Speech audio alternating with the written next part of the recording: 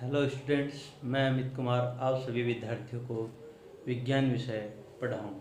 अपना पहला चैप्टर है कृषि प्रबंधन। देखिए, कृषि प्रबंधन, कृषि को अपन बोल सकते हैं फसल, और प्रबंधन का मतलब है उसे एक सुनियोजित तरीके से उत्पादन करना और उसे पैदा करना, ही वो क्या कहलाएगा अपने पास प्रबंधन। तो सबसे पहले अपने पास है फसल एवं उसके प्रकार।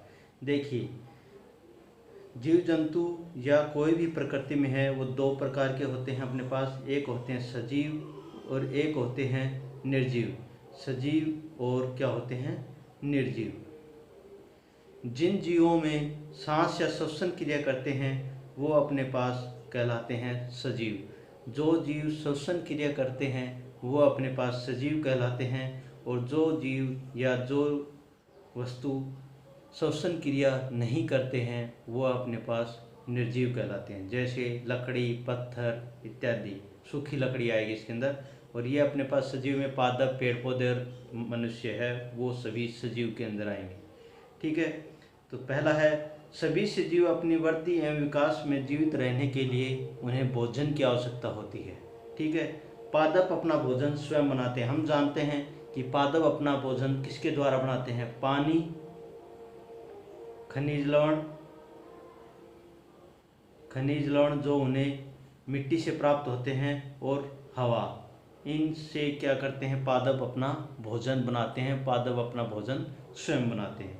और जो जीव जंतु हैं, हम लोग हैं, वो सभी अपने भोजन के लिए किस पर निर्भर करते हैं? पादपों पर निर्भर करते हैं। जैसे अपन गेहूँ खाते हैं तो गेहूँ की फसल एक पादप है। सभी अपने जीव जंतु हैं वो किसके ऊपर निर्भर करते हैं? पादपों पर निर्भर करते हैं।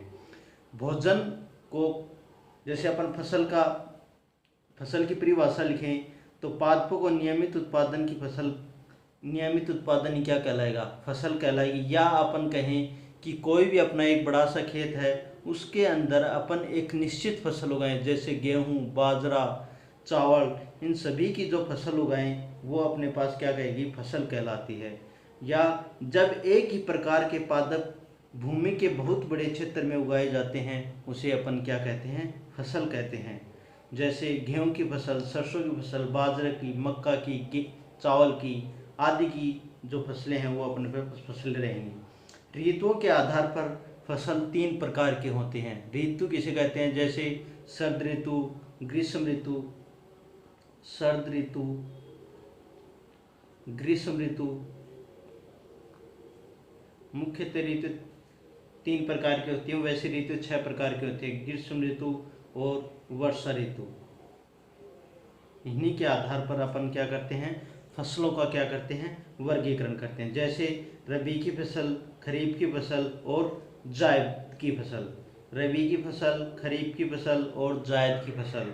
देखिए, रबी की फसल बोई जाती है अक्टूबर में और उसकी कटाई की जाती है फरवरी में। रबी की जो फसल है अपने पास वो बोई जाती है कब? अक्टूबर में, और उसकी कटाई की जाती है फरवरी महीने में। या जो फसल लगभग शरद ऋतु में बोई जाए वो अपने पास क्या कहलाएगी? खरीफ की फसल, रबी की फसल। जैसे गेहूँ, जौ, चना, मटर, सरसों, चावल, ये सभी फसलें हैं वो क्या होंगी? अपने पास रबी की फसल कहलाएगी। खरीफ की फसल वो फसल जो जून में, मतलब गर्मियों में बोई जाए, किसमें? ग्रीष्म ऋतु में बोई जाए, वो क्या कहलाएगी? और जिसको बोई के कब जाती है? ये जून में, और उसकी कटाई कब की जाती है? सितंबर महीने में की जाती है। कटाई कब की जाती है? सितंबर महीने में की जाती है। उनको क्या कहते हैं अपन? खरीफ की फसल। जैसे बाजरा, चना, ज्वार, मक्का, इनमें चना नहीं है। चना किसके अंदर आएगा अपने पास? रबी की फसल के अंदर आएगा। इसके अंदर क्या आ जाएगा अपने पास? गवार आ जाएगा, एक बाजरा आ जाएगा, ज्वार, मक्का आ जाएगा। ये सभी फसलें हैं वो अपने पास खरीफ की फसल है। उसके बाद जो तीसरी फसल है अपने पास वो है जायद की फसल। जायद की फसल में लगभग अपन क्या उगाते हैं? सब्जियां। जायद की फसल के अंदर लगभग फसलें जो उगाई जाती हैं वो क्या होती हैं, सब्जियां होती हैं। जो दोनों रबी और खरीफ फसल के बीच में जो महीने बच जाते हैं उसके अंदर जो फसल बोई जाती है ये लगभग अपने पास वर्षा ऋतु के अंदर बोई जाती है। किसके अंदर बोई जाती है, वर्षा ऋतु के अंदर ये फसल बोई जाती है। जायद की फसल जो जिसकी बुआई की जाती है मार्च में और उसकी कटाई की जाती है जून में। जैसे सभी सब्जियां, फ्रूट्स, खरबूजा, तरबूज, ककड़ी, लौकी आदि सभी फसलें किसके अंदर आएंगी, जायद फसल के अंदर। 2 क्वेश्चन दिए हैं आपको होमवर्क के लिए। ये आपका होमवर्क है। फसल किसे कहते हैं और फसल कितने प्रकार की होती हैं उसके सिर्फ नाम लिखने हैं आपको। Thank you.